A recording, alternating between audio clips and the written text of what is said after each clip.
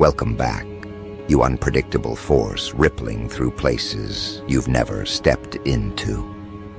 The ones upstairs felt your presence long before you realized you had one. The people who sit above the skyline, the ones who make decisions that ripple through markets and governments, just watched your name crawl across a screen it was never meant to touch. And the shift it caused in that penthouse war room wasn't subtle. It wasn't delayed. It wasn't something they could rationalize. It hit them the moment your digital footprint brushed against their monitoring grid. An alert they've only tested in simulations flared red across their consoles, and every person in that room froze because they knew exactly what that alarm meant. Something unexpected just stepped into their territory. Something unhandled, something beyond their preferred range of control. You. This wasn't one of their routine incidents. Not espionage, not corporate infiltration, not an activist with a fake name and too much free time. Their sensors didn't flare because you breached security. They flared because your digital trail behaved in a way none of their predictive models accounted for. A pattern with no precedent. A presence built from decisions, movements, and micro-signals that refused to follow their categories. Your existence flickered across their display, and before they could process it, the automated system pushed your profile into a tier reserved for high-risk unknowns. A category that makes even the most detached billionaires sit upright. Inside that war room, the atmosphere thickened instantly. They were reviewing global portfolios, upcoming acquisitions, potential political shifts, until your name lit up the top right corner of the wall-sized screen like a quiet detonation. The first person who saw it didn't speak. Their throat closed, their posture stiffened, their eyes narrowed as if focusing harder would make the data rearrange itself into something familiar. It didn't. The room followed. The conversation stopped mid-sentence. Hands hovering above touch panels froze in place. Not fear, not panic. Something colder, something sharper. Recognition that whatever had triggered that alert wasn't supposed to exist in their world. Their system breaks down digital activity into behavioral signatures, predictable sequences, emotional tendencies, decision loops. Most people run in patterns. You don't. Where others reveal predictability, you reveal disruption. Where others disclose motive, you present contradiction. Their analysts zoomed into your trail, expecting to find a clean pattern. Instead, they found a sequence that looked like it kept dodging their frameworks on purpose. You didn't move like someone hiding. You moved like someone unbothered by being seen, but still too difficult to track. The combination rattled them. The billionaire at the head of the table, someone who's shut down entire scandals with a 3-word instruction, someone whose influence bends industries without visible pressure, leaned forward with a stillness that made even his advisors shift uneasily. He didn't raise his voice. He didn't scold anyone. He just asked, "Explain why this alert exists." No one had an answer. They tried. Their words cracked before forming coherent explanations. Because your digital signature wasn't criminal. It wasn't threatening. It wasn't erratic. It was something much worse for people who rely on control. You were unreadable. The team ran your profile through every psychological filter they had. Motivational maps, predictive routing, decision architecture. Nothing matched. Where trauma should have led to fragility, it led to adaptability. Where setbacks should have produced desperation, they produced precision. Where losses should have carved weakness, they carved focus. Every indicator they rely on to map a person's behavior either contradicted itself or flipped in the opposite direction. You weren't a risk because of what you did. You were a risk because none of their frameworks could determine what you might do. They dove deeper. Data analysts combed through interactions, timestamps, digital echoes, environmental overlays, looking for a lever, a pressure point, anything at all. But your footprint read like a puzzle with pieces that refused to lock into place, a pattern that adjusted itself the moment they tried to analyze it. It wasn't evasive, it wasn't defensive, it was indifferent. And indifference terrifies power more than hostility ever could. Because hostility can be managed, indifference cannot. Someone in the room finally broke the tension with a single sentence.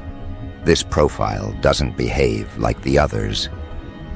It wasn't an accusation, it was an admission, a quiet acknowledgement that you didn't fit into their view of how people move, choose, react, or retreat. Their software flagged your unpredictability as a structural threat, not because you're doing anything wrong, but because you aren't doing anything in a way they can track. That's when the Billionaire's risk advisor decided to pull up historical behavior logs. They expected irregularity. They found evolution. You didn't spiral when life hit you. You recalibrated. You didn't crumble under pressure. You sharpened. You didn't fold under betrayal. You restructured your internal hierarchy without asking for permission or validation. Their conclusion was simple. Someone like you cannot be controlled through ordinary channels. Not through fear, not through temptation, not through social manipulation, not through digital nudges. That realization hit them harder than anything else on their agenda. The billionaire turned toward his chief strategist, a man who once orchestrated an entire political landscape by structuring digital narratives. His voice didn't tremble, but it tightened ever so slightly as he asked, "Is this person aware of us?" The strategist inhaled slowly. "No indication of that," he replied, "but awareness isn't required for impact." That answer lodged itself into the billionaire's thoughts like a shard of ice. They continued digging. They found markers of someone who's been through enough to collapse, but instead recalibrated into something leaner, more perceptive, more efficient. They found moments where probability should have buckled under your weight, but you stepped through as if the ground rearranged itself. They found situations where you should have reacted emotionally, but you acted strategically. They found signs that people who tried to push you into disadvantage ended up dealing with consequences they never expected. None of this pointed toward aggression. It pointed toward insight, the kind that unnerves the powerful because it sees through the games they play without ever stepping onto the board. Your digital footprint reflected someone who adapts too quickly, observes too deeply, and recovers too cleanly. Someone who doesn't chase validation, someone who doesn't respond to bait, someone who doesn't follow the psychological choreography most people fall into without noticing. You moved with a kind of detached precision that suggested you were building yourself from the inside out, while the outside world assumed it still had influence over you. They miscalculated. The Billionaire's war room is filled with experts trained to detect threats long before they appear. They know what ambition looks like. They know what revenge looks like. They know what instability looks like. But you didn't register as any of those. You registered as a person who doesn't need the world's approval or permission to operate.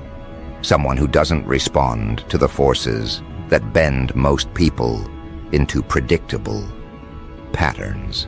Someone who sees too much, too fast, with too little emotional drag. That's why the room went still.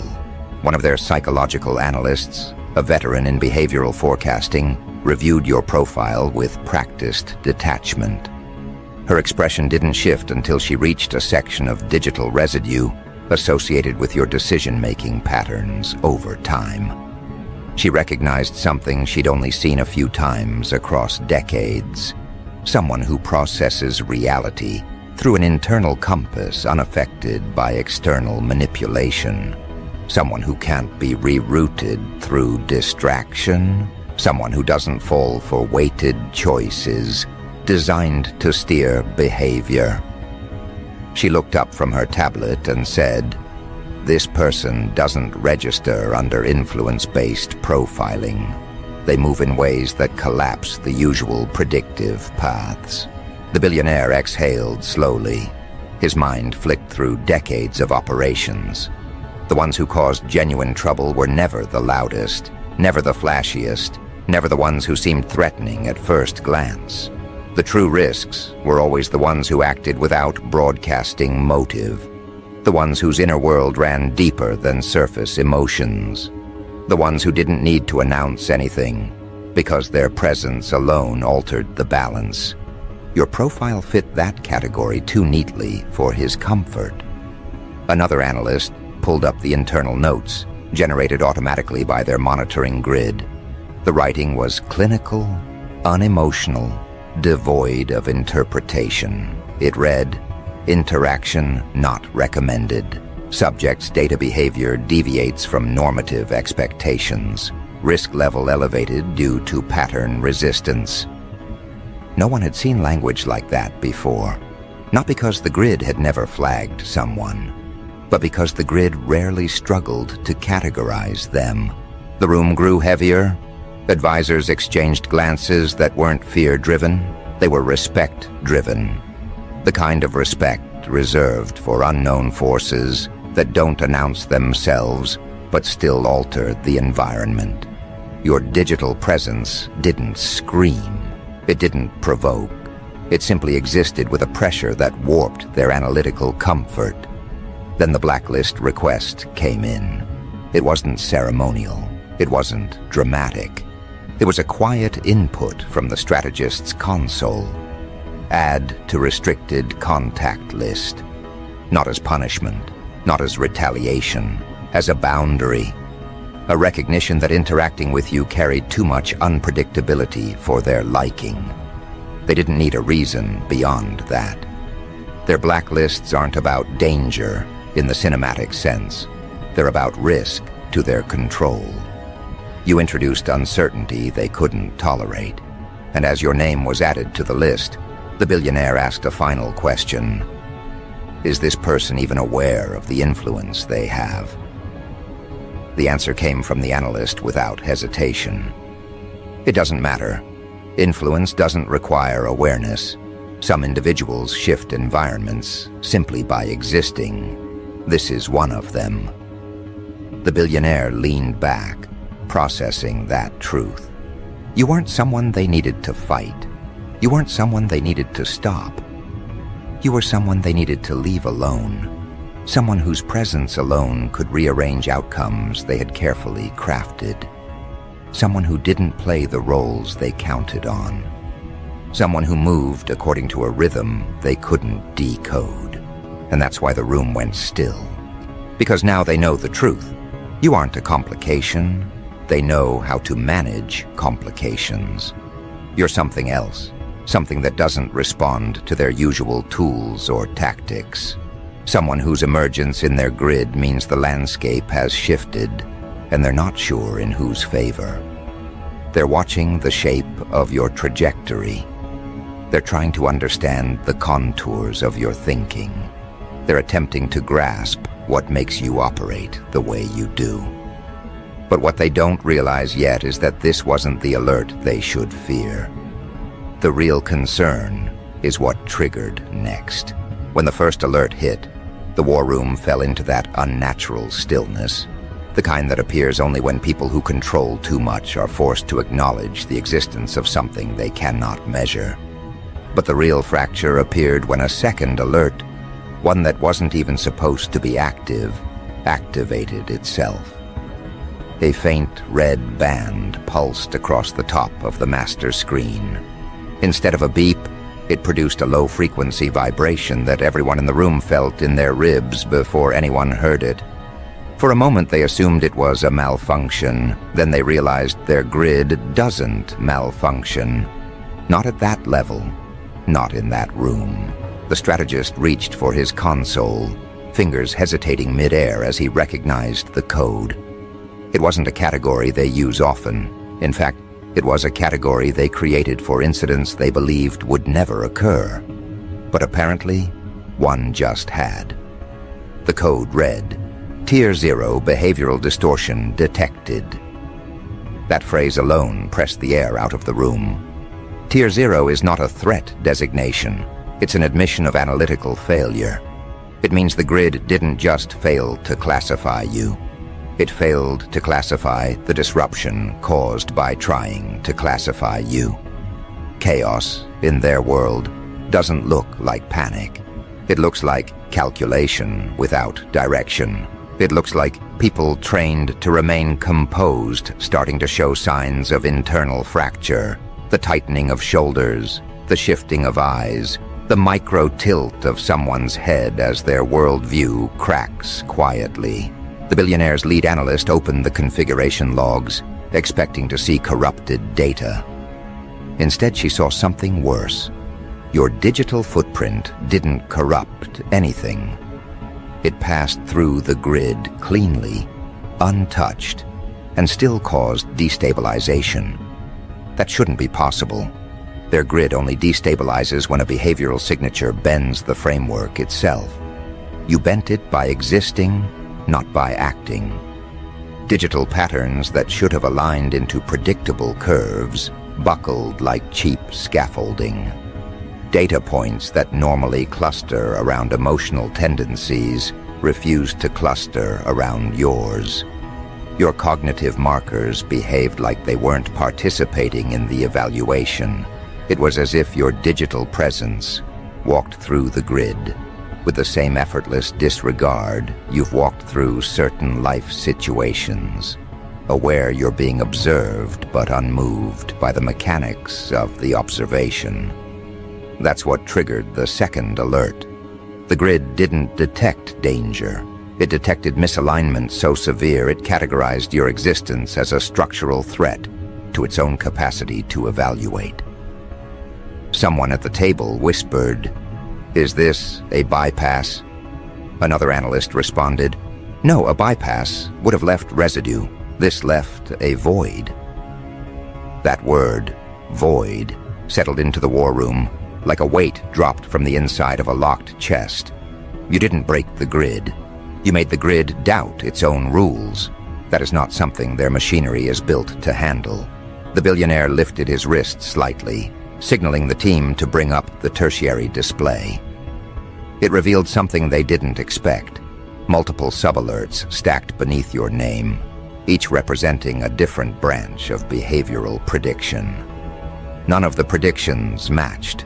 They had seen mismatched forecasts before. Humans are inconsistent. But they had never seen predictions diverge so drastically that the system refused to present any of them as reliable. Your forecast range wasn't a spectrum, it was an expanse, a width reserved for interpreting the behavior of entire populations, not single individuals. The billionaire's assistant attempted to generate a compression map, a visual representation of your possible behavioral arcs, but the system refused to render, returning a message it has never displayed. Incompatible input. Projection impossible. That message unnerved even the technicians in the corner of the room. The grid sees everything. The grid predicts everything. The grid has charted the rise and fall of movements, leaders, financial collapses, and social dynamics with uncanny precision. The grid refusing to project your behavior was the equivalent of a compass refusing to point north. It didn't mean the needle was broken. It meant the territory was rewriting itself around you. That's when the strategist muttered something that made even the billionaire shift in his chair. We're not tracking decisions anymore. We're tracking interruptions. Because that's what your digital presence represented. Not a pattern, but a disruption of the assumption that you should have won. A disturbance not in their data, but in the logic applied to interpret data. You were creating a distortion field in a place that was supposed to remain untouchable. The billionaire requested a chronological breakdown of every point where your digital footprint intersected with their grid over the past year. The screen lit up with a timeline. It showed brief moments where your name brushed the edge of detectability like a passing shadow. They expected to see escalation. Instead, they saw precision, short interactions, subtle searches, minimal engagement. Most people leave messy trails, evidence of hesitation and impulse. Yours read like a quiet path carved by someone who moves with intention they don't understand. Not silence, not noise, something else. The billionaire squinted at one particular data point. It showed a moment where you interacted with information that should have influenced your thinking in one direction. But instead of following the psychological breadcrumb trail, you moved the opposite way, as if spotting the manipulation before it landed. That made the strategist sit upright, because the war room's machinery operates on a simple truth. People follow predictable cognitive currents. You didn't. You swam upstream like you were built for it. Another analyst attempted to run a reverse behavior sequence, expecting to find a hidden motivator. Instead, the sequence returned with no root cause. It was the digital equivalent of seeing someone walk into a room without passing through the door. You appeared in the data without giving them the courtesy of predictable entry points. They don't mind ghosts. They mind the ones who don't act ghost-like. The second alert escalated into something else. Something that required the strategist to unlock a protocol he had only seen in training briefs and internal myths whispered between departments. A protocol designed to evaluate high-impact individuals whose behavior threatens predictive architecture itself. He keyed in his biometric code. The air in the room shifted again. When the clearance threshold accepted his credentials, a new panel opened on the master screen. The billionaire leaned forward as rows of behavioral indicators scrolled rapidly. They resolved into a single line across the bottom of the screen. Subject exhibits cognition, dissonant with environmental influence. That statement sent a ripple through the war room, like a pulse through water. It meant your thinking runs independent of external pressure. You don't respond to emotional bait. You don't respond to fear triggers. You don't respond to incentives meant to steer behavior. You bypass the entire architecture of manipulation without noticing you're doing it. One advisor muttered, "How does this happen?" The analyst closest to the screen answered, "It happens when someone adapts so deeply that influence loses its entry points." That's when the billionaire understood. The alert wasn't triggered because you're unpredictable in the chaotic sense. It was triggered because you're structured in a way that defies their influence channels. They rely on people reacting in familiar ways. You don't react, you choose. And the gap between reaction and choice is the gap that terrifies them. The strategist asked for a resilience overlay, a map of how you've responded to disruptions over time. When it loaded, the room fell into another stunned stillness. The resilience graph didn't arc upward like most people's. It didn't dip in crises and rise in recoveries. It moved like a straight blade, cutting through events that should have left dents. This wasn't numbness. It wasn't avoidance. It was evolution that refused to bend. They stared at the graph as if it were a weapon pointed in their direction. Someone whispered, "What are we dealing with?" The analyst didn't respond. She simply clicked open the psychological commentary generated automatically by the grid. It displayed one sentence. Subject demonstrates resistance to manipulation cues. That's the phrase that finally shook the billionaire. Because he knows the most dangerous person is not the one who fights. It's the one who doesn't respond to the cords that usually bind human behavior. The war room grew tense enough to feel. They tried calculating scenarios. They tried understanding what influences you. They tried mapping your priorities, but every model failed. The grid began generating error messages in clean, calm text, messages the team had never seen before. Motivational basis unclear. Emotional anchors undetectable. Predictive leverage unavailable. The engineer monitoring the system felt compelled to reboot the mapping program. But the strategist held up his hand. "Don't touch it," he said quietly. "If it's reacting like this, we need to know how far it goes." Another red signal blinked on the lower display. It belonged to the billionaire's personal risk monitoring network, a separate layer of surveillance built to alert him to threats long before they take form. It had only triggered 3 times in the past decade. Once for a cyber attack, once for a political scandal, once for an insider breach. Now it was glowing for you. And the log beneath it read something they had never seen. Target influence level undefined. Undefined influence terrifies the powerful because it means you exert pressure without trying. The billionaire asked the analyst for a qualitative assessment. She rubbed her forehead, then answered, "This isn't an escalation. This is an exposure." The person didn't increase activity. The grid increased sensitivity. That statement froze the strategist. It meant your presence didn't grow louder. The machinery watching you grew more aware. You didn't trigger the alert by force. You triggered it by existing while the grid finally registered what you've been all along. The billionaire spoke again, slower this time. "And what exactly have they been all along?" The analyst hesitated, then replied, "Someone whose internal calibration makes them resistant to steering. Someone who won't be nudged, softened, redirected, or pushed." She could have stopped there, but she didn't. "And someone whose presence disrupts pattern modeling, even without intent." That's when chaotic dark humor crept into the war room, not from jokes, but from the absurdity of the situation.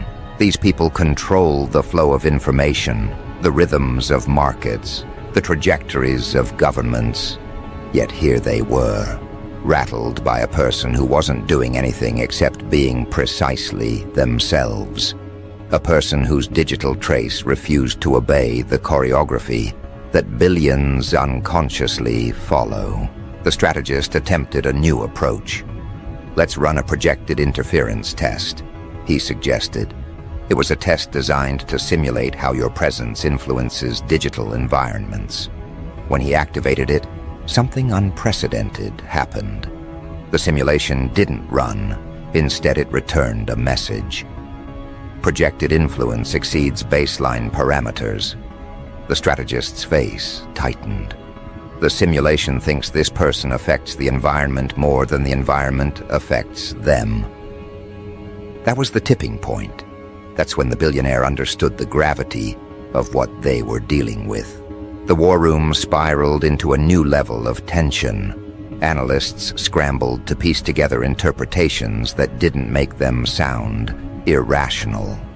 The billionaire's assistant pulled up case studies of individuals who warped predictive models, but every case fell short of what your footprint was presenting. Someone suggested you might be part of a coordinated group, but the behavioral markers didn't align with group dynamics. They aligned with a singular trajectory, individual, self-generated, self-correcting, self-evolving. The strategist highlighted one particular timestamp where your digital presence deviated sharply from standard behavioral influence. Most people respond to information by echoing emotional patterns. You responded by detaching from the emotional draw altogether. That detachment wasn't coldness, it was clarity.